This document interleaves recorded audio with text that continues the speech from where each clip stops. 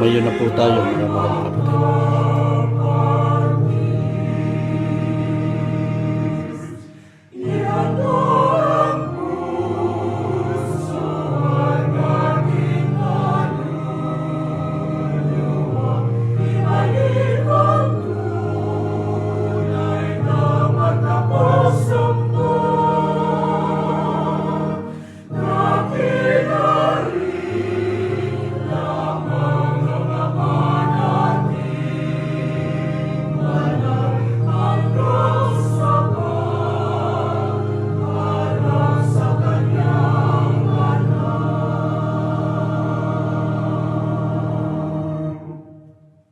Ama namin Diyos, marami pong salamat, Ama.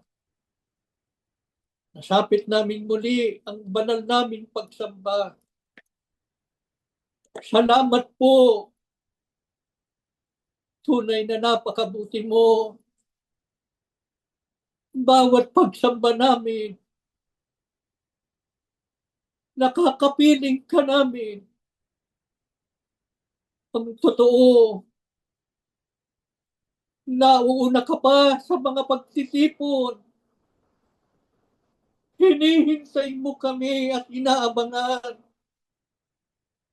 upang kami ay yakapin, upang kami ay palakasin, upang kami ay aliwin sa pamamagitan ng iyong Espiritu. Salamat, Ama. Hindi mo kami inuulila. Itinakwilman kami ng maraming mga kapatid dahil sa paninindigan namin sa katwiran. Ikaw na aming Diyos. Hindi mo kami itinakwil. Hindi mo kami iniwan. Lalo na sa ganito naming mga pagsamba. Ipinadarama mo lagi sa amin. Kailan may hindi mo kami iniwan. Purihin ka aming Ama. Sinasamba ka ng aming mga puso't kaluluwa. Sa araw na ito, ginugunita namin ang ika-16 na taon ng kamatayan ng mahal naming kapatid na Eranio Manalo na namahala sa amin ng mahabang panahon. Buong pagmamahal at buong kapangyarihan, inalagaan nila ang iyong iglesia. Nagari ang sa iyong bayan ng katuwiran at ang iyong katarungan. Saksi kaming buhay kung paano ka sila nagpagal, kung paano sila nagsakit, upang kami maging matatag sa mga paglilingkod sa iyo. Iniwan man nila ang iglesia. Matibay ang kanilang pag-asa. Kami na naging bunga ng kanilang pagpapagal ay muli nilang makikita kasama ng sugo sa mga muling araw. Sama-sama kami na magmamana ng buhay na malwalhati. Maawa ka ngayon sa amin. Maging makabuluhan nawa ang gagawin naming paggunita sa kamatayan ng KRD. Matupad sa amin ang kanilang hangarin na sa araw ng pagkabuhay na maguli ay makita nila kami lahat at sama-sama natanggapin ang buhay na walang hanggan. Kaya tulungan mo po kami ngayon sa pagtanggap ng mga salita mo. Tulungan mo pong maging sabi kami at itulot mo pong ito'y isa katuparan namin sa lahat ng sandali ng aming buhay. Patuloy kaming maging karapat-dapat sa mga paglilingkod sa iyo. Panginoong Yesus, ipamagitan mo kami sa Ama. Salamat, Panginoon, sa iyong pag-alalay, sa iyong pagtulong sa amin, sa iyong pagpapalakas, sa iyong pangunguna sa amin, sa aming mga paglalakbay. Nakarating kami sa sandaling ito, sapagkat ikaw po, Panginoon, ang laging namamagitan sa amin sa Ama. Kahabagan mo po ngayon, ibuhos mo ang saganang biyayang espiritual na nakalaan para sa amin. Ama, lubos ang aming pag-asa. Narinig mo ang aming mga panalangin. Mamalagi kaming matibay na nakaugnay sa diwa't layunin ng pagsusugo mo sa mga huling araw. Tungan mo po kaming lahat. Manatili po kaming matasag na nangahawak sa mga aral na kanilang itinuro sa amin at ng kapatid na Iranyo Manalo, sapagkat dito nakasalig ang pagtatamo namin ng buhay na walang hanggan. Magalang po namin hinihiling ang lahat sa pangalan po ng aming Panginoong Hesukristo.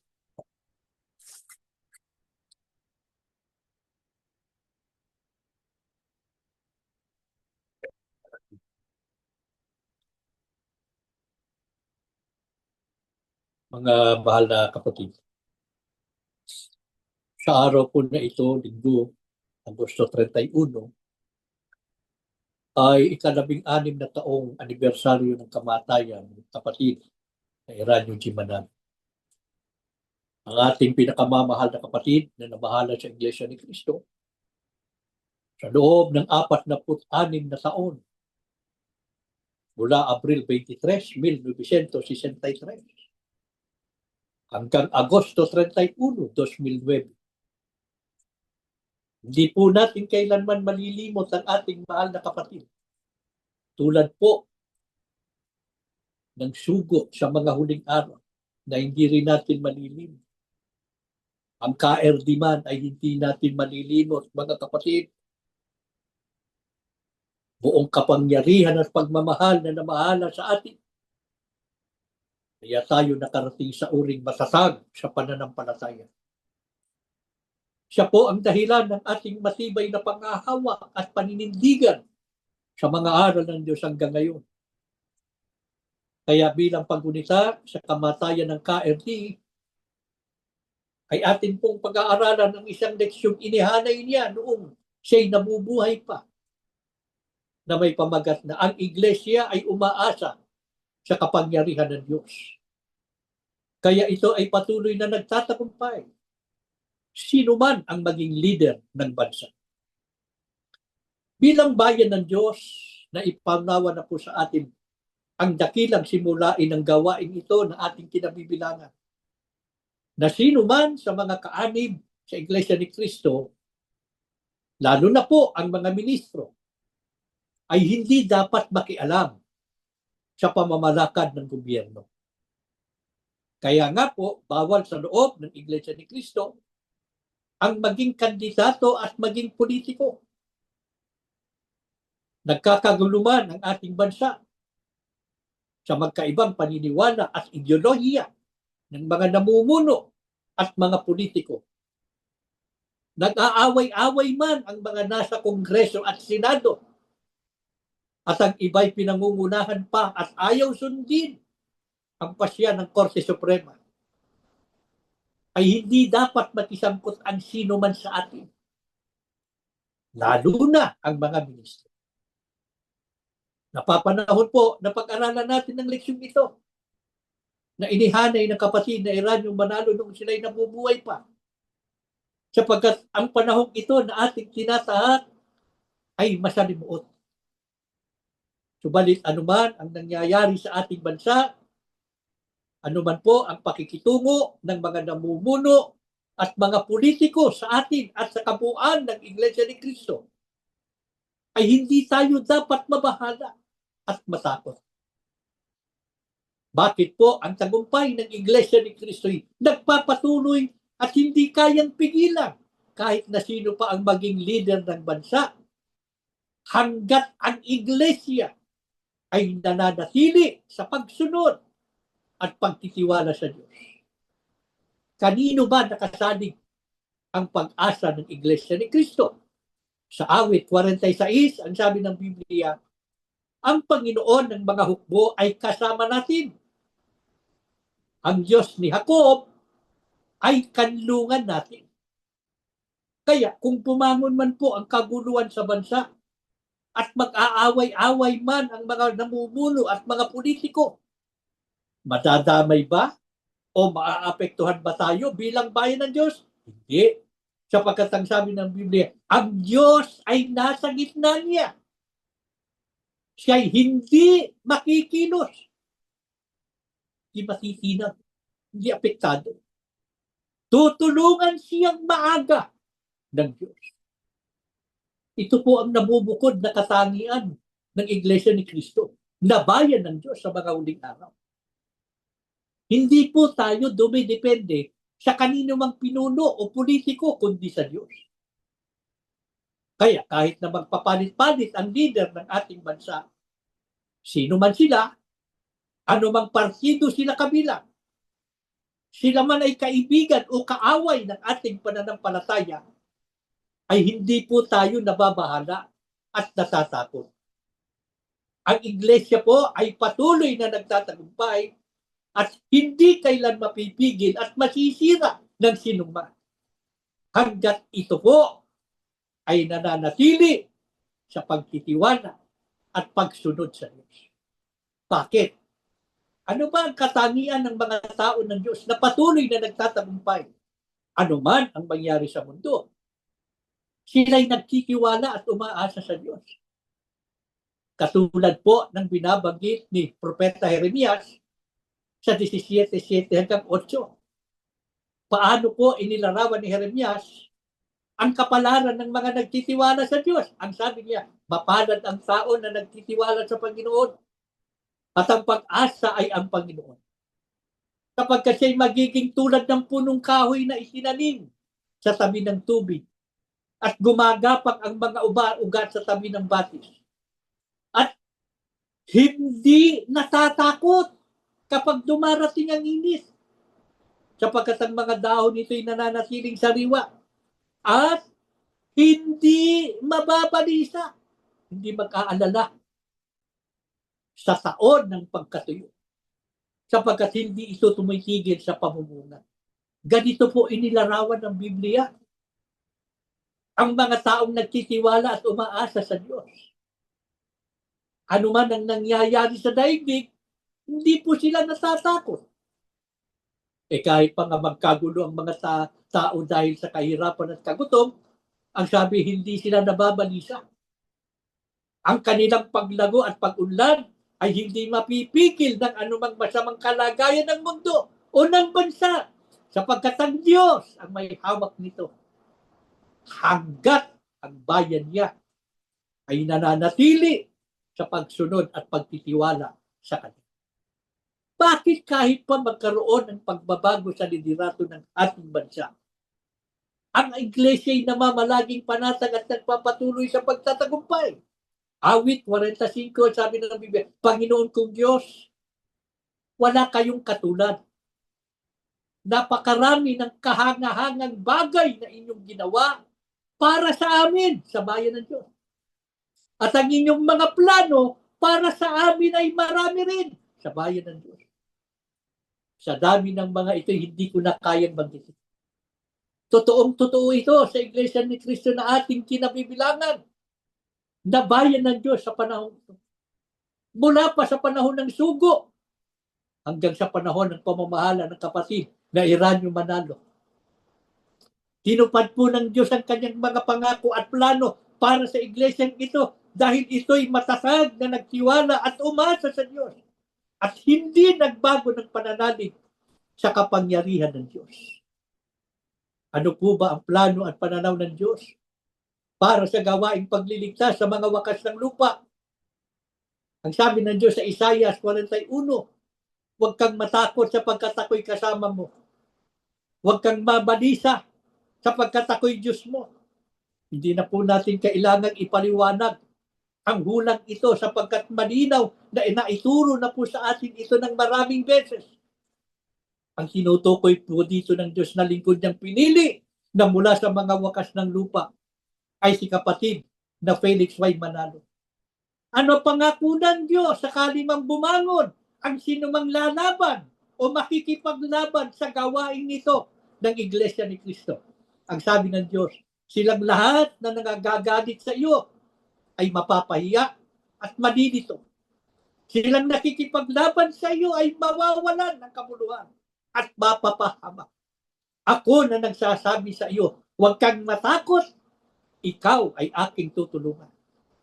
Gaano po karaming mga politiko ang nagalit at lumaban sa Iglesia ni Cristo? Pero nasaan sila ngayon? Napigil ba nila ang gawain ng Iglesia ni Cristo? Mula pa sa panahon ng sugo hanggang sa panahon ng kapatid na Eranio Manalo? Hindi. Walang tigil ang pagsulong at progreso ng gawain nito. Ano po ang nais ng Diyos? Na maunawa ng tao patungkol sa gawain ito na ang tagumpay ng iglesia ito ay hindi po nakasalig sa tao. Lalong hindi nakasalig sa kanino mang pinuno o politiko. Kanino nakasalig ang tagumpay ng iglesia? Sa kapangyarihan ng Diyos. Tatandaan ko po, yung isang ipinahayag noon ng KRD. Sa isang pagsambang kanilang pinangasiwaan nung sila'y nabubuhay pa. At hindi lang sinasabi, ang hindi mabilang na tagumpay ng Iglesia ni Cristo ay hindi dahil sa kanino mang kaanib o sa ministro o sa pamamahala. Hindi inangkin ng KFD ang kapurihan.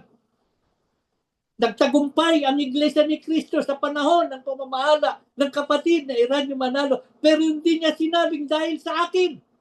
Hindi.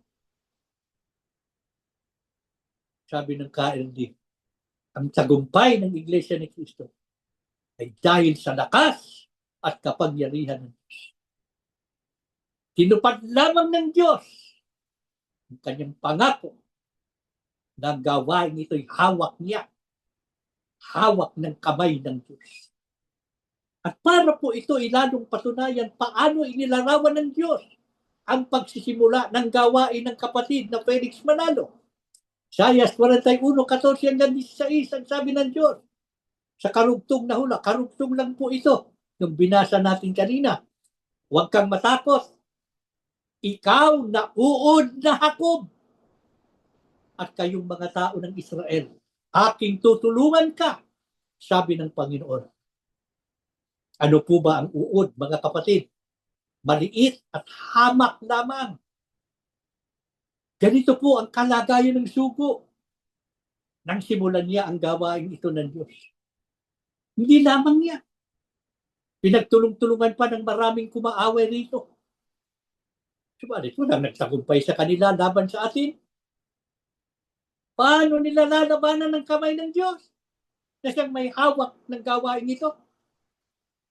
Paano po sila magtatagumpay sa kapangyarihan ng Diyos na gumagawa sa kapakanan ng iglesia ito? Ang tanong, bakit po tinatamasa ng Iglesia ni Cristo sa mga huling araw ang tulong at kapangyarihan ng Diyos? Sapagkat ang sugo at ang kapatid na Eranio Manalo ay matatag na ng hawak sa magagawa ng Diyos. Tanging sa Diyos lamang sila lubos na umasa at nagtiwala. Dahil dito, ano po ang dapat nating maging konbiksyon? Kapag bumangon ang anumang suliranin, Hebreo 3:5 hanggang 6, dapat nating panaligan ang pangako ng Diyos na sa anumang paraan ay hindi kita iiwan o pababayaan man. Paano po kung pagbantaan tayo ng mga makapangyarihang tao o sino mang politiko? Ano ang ating pananalig gaya ng pananalig ng lingkod ng Diyos? Panatag nating masasabi, ang Panginoon ang ating katulong. Hindi ako matatakot. Anong magagawa sa akin ng tao? Sino ang mga napinsala at nangawala, mga kapatid? Hindi Hindi po tayo. Hindi ang iglesia, kundi sila na nakikipaglaban sa atin gaya ng pangako ng Diyos na binasa kanina sa atin. Kaya ano ang hindi dapat mangyari sa atin na inaasahan ng Diyos na magtiwala sa kanyang mga pangako? Anong hindi dapat mangyari sa atin? Sa awit 146, ang sabi ng Biblia, sa mga pangulo'y huwag kang mangahawak.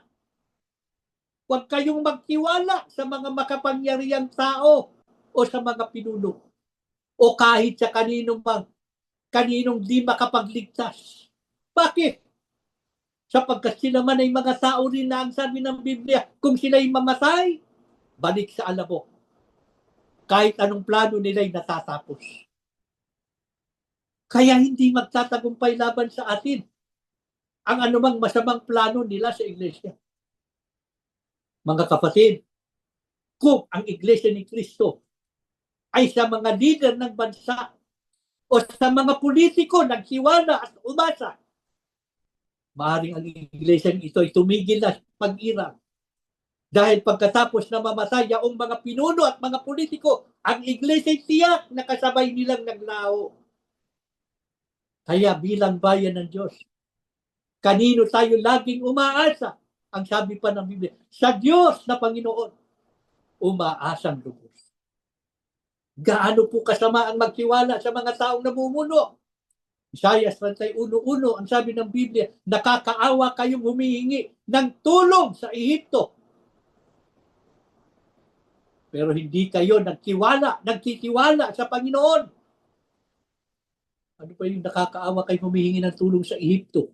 Tumutulong sila doon sa mga namumuno sa Ehipto. Pero hindi nagtitiwala sa Diyos. Ang banal na Diyos ng Israel. At hindi kayo humihingi ng tulong sa Kanya. Sino pong halimbawa sa bayan ng Diyos noon na Israel? Na naging mabuti ang simula. Subalit nagwakas na masama. Sapagkat iniurong ang kanyang tiwala sa Diyos. At ibinaling sa mga pinuno. Kalawang Kronika. Haba-haba yan mga kapatid. Pero tinutukoy dito ay ang ikatlong hari ng Huda na si Asa. Ano po ang katangian ni Asa sa pagsisimula ng kanyang paghahari? Ang sabi ng Biblia, si Asa ay gumawa ng mabuti at matuwid sa paningin ng Panginoon ng Diyos. Ayon sa mga talata ng Biblia, winasak niya ang mga dambana ng Diyos-Diyusan. Sa madaling salita, mga kapatid, winakasan niya ang pagsamba sa mga Diyos-Diyusan. Katapos ay inutusan ng bayan na hanapin ang Diyos. Ano mabuting ibinunga nito sa kanyang pag-aari sa bayan ng Diyos? Ang sabi, siya na hindi nagkaroon ng pakikitigma sapagkat binigyan siya ng Panginoon ng kapahingahan. Kaya payapa ang bayan ng Diyos. Sa panahong sila ay gumagawa ng mabuti at nasa pagsunod sa Diyos. Ngunit, noong dumating ang panahon ng bayan ng Diyos, ay nahaharap sa malubang suliranin at panganib ng digmaan mula sa mga taga-Ethiopia. Ano ang ginawa ni Asa? Ituloy po natin sa 14, sa 9 hanggang 13, ang sabi ng Biblia, si Asa ay tumawag sa Panginoon ng Diyos. Panginoon, walang iba laban sa iyo na makakatulong sa pagitan ng malakas at ng mahina. Tulungan mo kami, o Panginoon naming Diyos, sapagkat kami ay nananalig sa iyo. Nananalig, nagtitiwala. At sa iyong pangalan ay pumarito kami laban sa karamihang ito. O Panginoon, ikaw ang aming Diyos. Huwag mong papagtagumpayin ang tao laban sa iyo. Dahil sa pagtitiwala ni Asa sa Diyos, ano tugon ng Diyos sa kanya? Ang sabi, kaya't ginapi ng Panginoon ang mga taga-Ethiopia sa harapan ni Asa at sa harapan ng Huda. At ang mga taga-Ethiopia ay nagsitakas. Ang mga taga-Ethiopia ay nabuwal hanggang sa walang naiwang buhay. Sapagkat sila'y nawasa sa harapan ng Panginoon at ng kanyang hukbo. Sa makatwid, si Asa at ang bayan ay nagtagumpay dahil nanalig o nagtiwala sila sa Diyos. Kaya tinulungan sila ng Diyos. Pagka tinulungan ka ng Diyos, tiyak, magtatagumpay ka talaga. Pero kailan tutulungan ng Diyos? Pag nagtitiwala. Yun ang ginawa ni Asa sa simula. Kaya siya nagtagumpay. Ano ang ipinagunita ng Diyos kay Asa? Noong kinamasan niya ang mga tagumpay, nakaloob ng Diyos na dapat ding maalaala ng Iglesia ni Kristo ngayon.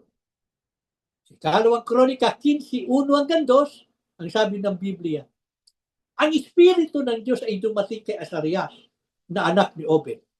At siya'y lumabas upang salubungin si Asa.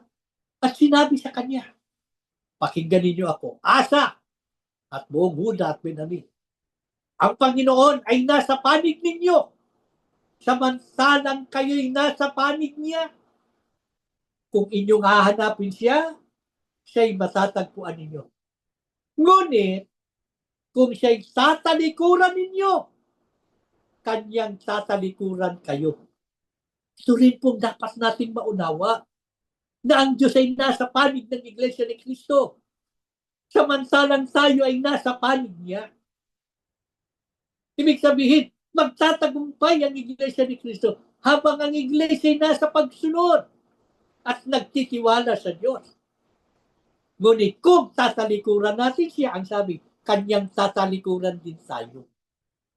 Iiwan ng Diyos ang Iglesia pagka tumigil sa pagsunod at pagtitiwala sa Diyos. Bakit ito sinabi ng Diyos kay Asa? Ano ang nakita ng Diyos na pagbabago kay Asa? Basahin natin ng 16, 1-10.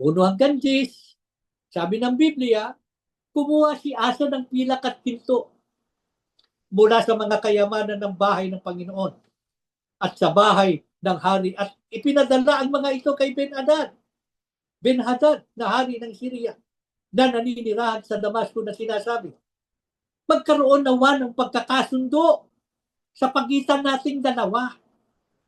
Ako'y nagpapadala sa iyo ng pilak at ginto. Isang malaking kalapastanganan po ang ginawa ni Asa. Sapagkat ang kinuha niyang mga ginto at pilak ay mula sa bahay ng Diyos ng mga banal na bagay ng Panginoon. At lalong mabigat na ginawa ni Asa. Ay kung lalawakan pa natin ang pag-aaral sa bahaging ito ng kasaysayan ng bayan ng Diyos noon sa panahon ni Asa, nakipagkasundo at nakipagsabwatan siya sa pinuno ng Syria sa paggawa ng masama sa pamamagitan ng pagbibigay ng suhol. At ang ipinang suhol ay galing pa sa kabangyaman ng bahay ng Diyos. Bakit ito nagawa ni Asa? Dahil sa takot at pangamba sa masamang mangyari sa isa. Mga kapatid, sa puntong ito ng ating pag-aaral, makikita na natin, noon pa uso na ang bribery. Hindi lamang yan sa ating panahon. Lalo na po sa mga transaksyon sa gobyerno. Malala ang panunuhol at korupsyon.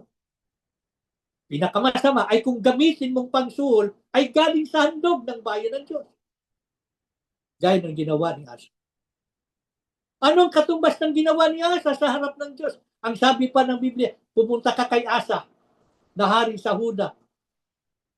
Pumunta kay Asa na hari sa Huda, si Hanani na propeta at sinabi sa kanya, ikaw ay umasa sa hari ng Syria at hindi ka umasa sa Panginoon mong Diyos.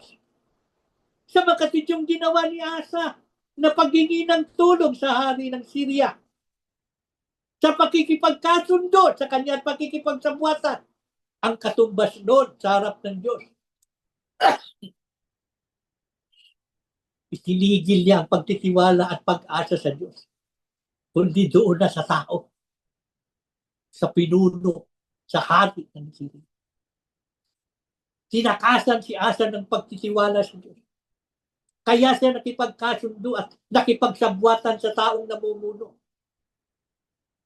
Dahil dito, sumbat na ipinaalala ng Diyos kay Asa.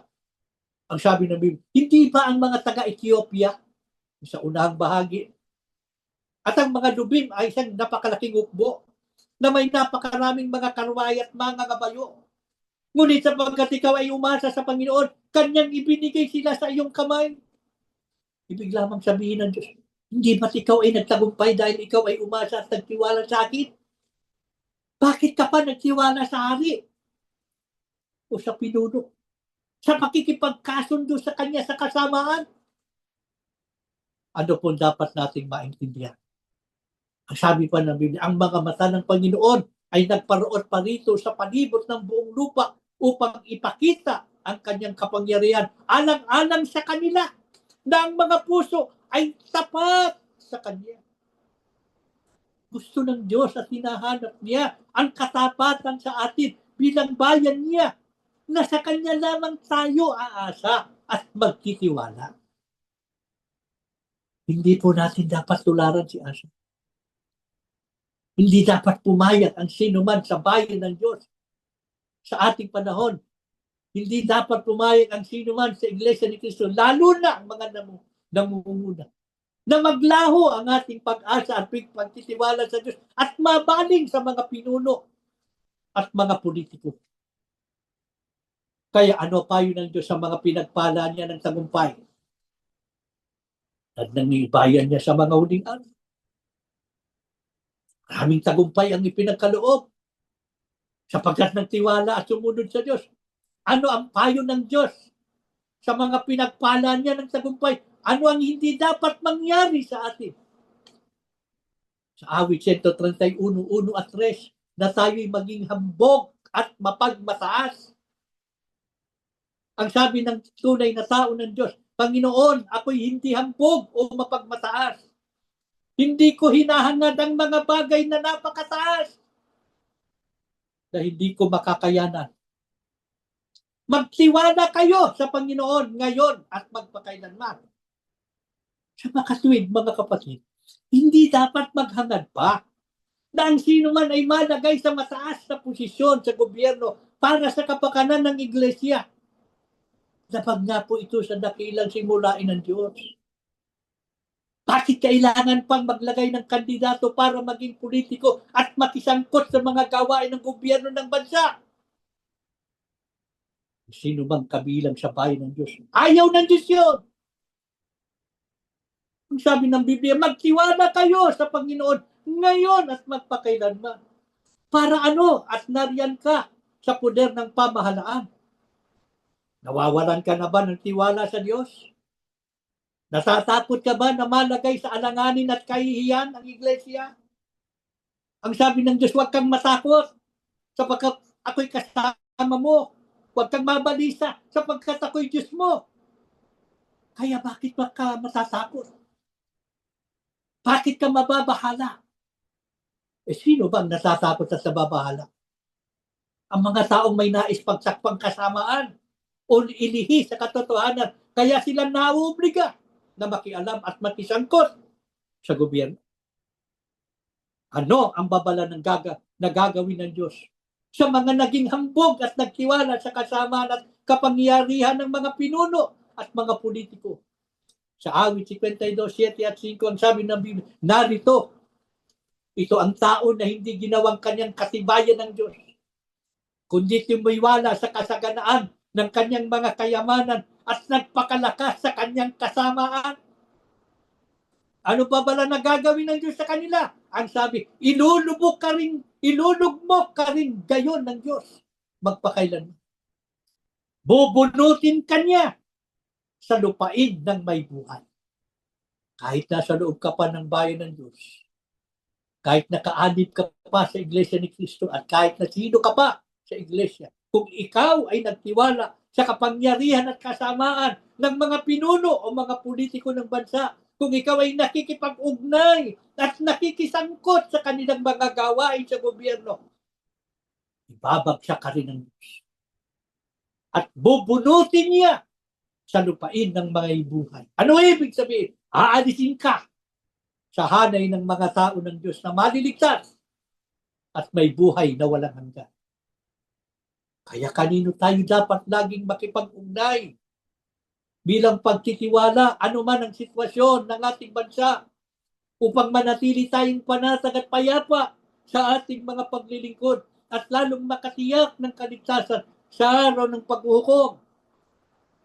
Sa unang Korinto 1:4 hanggang 8, ang sabi ng Biblia, dahil sa pakikiugnay ninyo sa Kanya, sa Diyos, ay pinayaman kayo sa lahat ng paraan, sa pananalita at bawat kaalaman.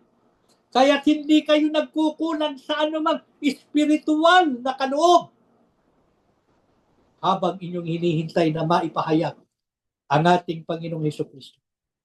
Makatuwid, mga kapatid, anuman ang mangyari o nangyayari sa ating bansa, magkaroon man ng kaguluhan dahil sa magkakasalungat na ideolohiya ng mga pinuno, at kahit pa humantong ito sa digmaan, sa Diyos tayo laging makipag-ugnay sa pamamagitan ng pananalangin. Sa Kanya tayo laging magtiwala at umasa. Ano ang biyayang tinanggap natin sa pakikipag-ugnay sa Diyos na hindi tinatamasa ng mga tao ng sanlibutan? Ang sabi ng Biblia, pinayaman kayo sa lahat ng paraan sa pananalita at bawat kaalaman. Kaya hindi kayo nagkukulang sa anumang espiritual na kaloob. Sa Kanya tayo lagi nagtitiwala at nakikipag-ugnay. Hindi sa tao, hindi sa kanino mang leader o politiko.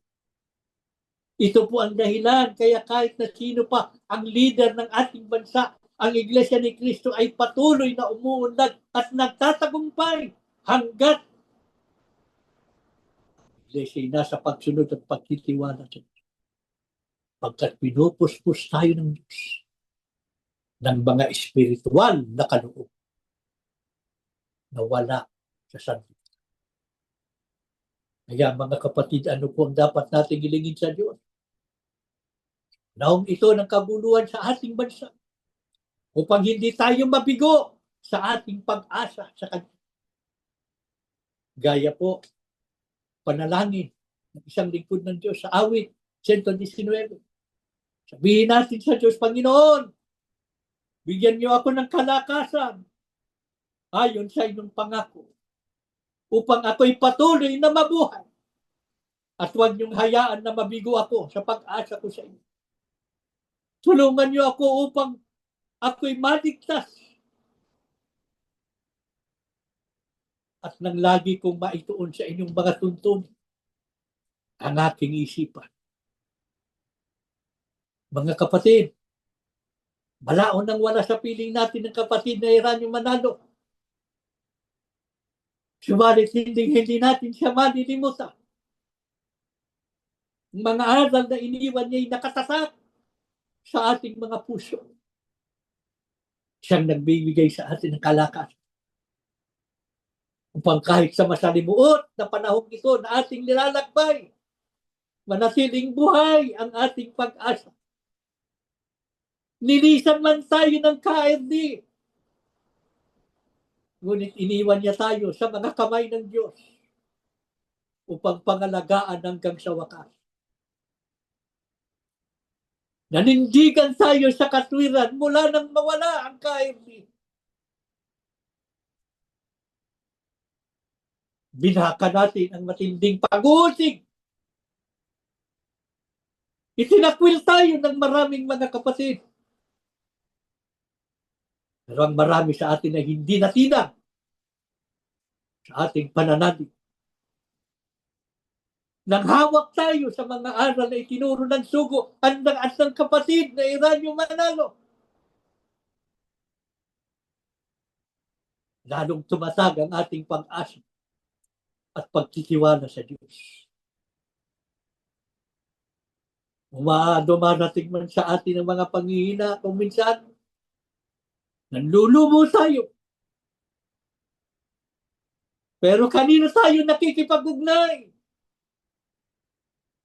Kanino tayo tumatawag at nagtitiwala? Hindi sa tao, kundi sa Diyos. Sa Diyos tayo bumabalik. Sa Diyos tayo nananalangin. Sa Diyos tayo tumataghoy. Sa Kanya natin binubuksan ang ating mga damdamin. Hindi nabigo ang ating mga pag-asa. Sa maraming pagkakataon, sa lumipas ng mga panahon sa ating buhay, ibinigay ng Diyos ang kalakasan katulad ng Kanyang pangako. Hanggang ngayon narito tayo, naninindigan sa panig ng Matupad sana sa atin ngayon ang panalangin noon ng kapatid na Iran Manalo para sa iglesia bago sila pumanaw. Ano ang kanilang panalangin noon para sa iglesia bago sila pumanaw? Ginamit ng KMD ang panalangin sa bilang 6, 24 hanggang 26. Pagpalain ka nawa at ingatan ng Panginoon. Kabagan ka nawa at subaybayan ng Panginoon. Lingapin ka nawa at bigyan ng kapayapaan ng Panginoon.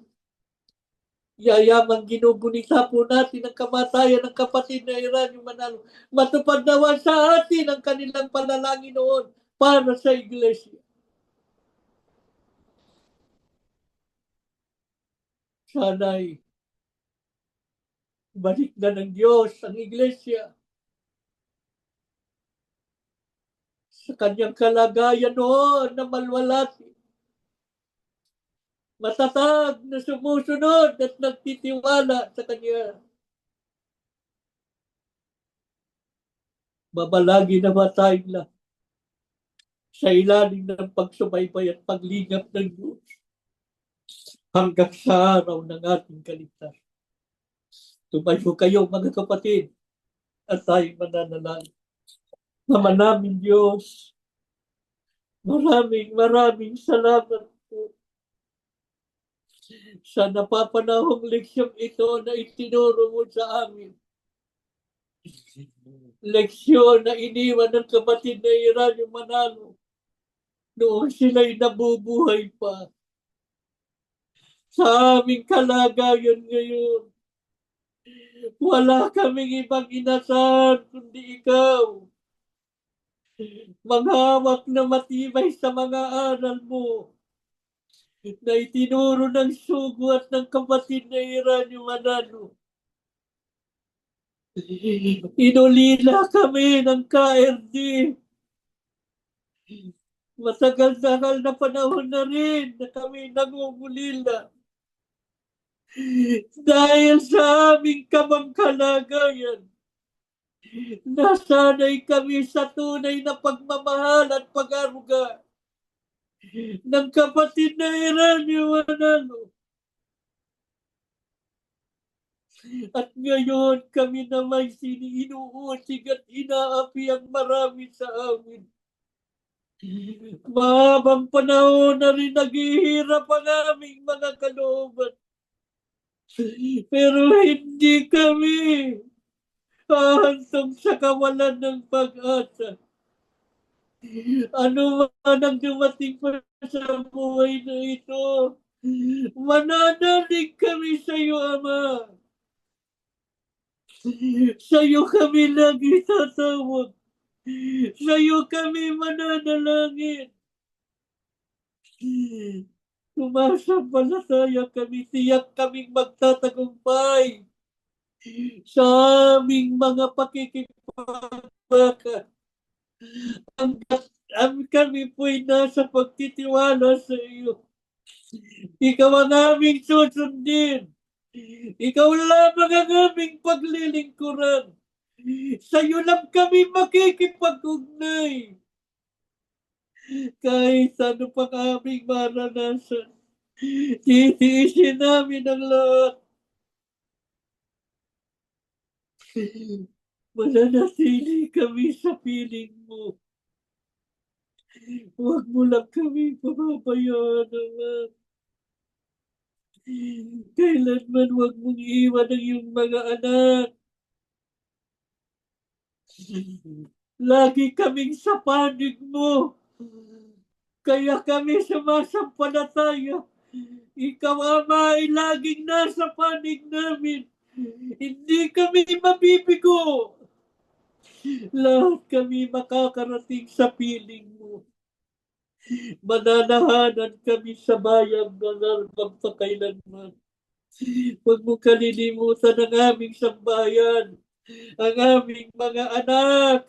Kung mayroong pamilya nagkahiwalay, marahil ay dahil sa tindi ng pag-uusik, tipunin mo bawat pamilya sa iyong kaharian.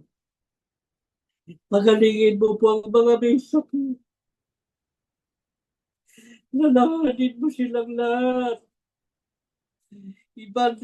Ibangon mo sa manig ng karamdaman. Bigyan mo pa ng buhay at lakas. Lalo ng kapatid na Teddy, na mahabang panahon naging katuwang at kawaksi ng kapatid na Iranyo Manalo, na nagmahal at nagmalasakit sa amin. Kaya ang ginugunita namin ang anibersaryo ng kanilang kamatayan. Alalahanin mo ang iniwan nilang kabiyak. Alimin mo sa mga kalumbayan. Ganon din ang kanilang mga anak na inapi at inusig. Saan man sila naroon, alalahanin mo sila sa kanilang kalagayan. Wala kaming magagawa kundi sa'yo namin ilapit. Patuloy mo silang ingatan at ipagsanggalan. Lalo ng kapatid na Angel at ibang mga kasama namin, nilang mga kapatid namin na ipinakulong ng mga ubuusik. Nakita mo kanilang paninindigan. Kahit ang mga namumuno sa iglesia, nakipagkasundo at nakipagsabuatan sa mga pinuno at sa mga politiko ng bansa para ipakulong ang aming mga kapatid. Pero nakita mo sila.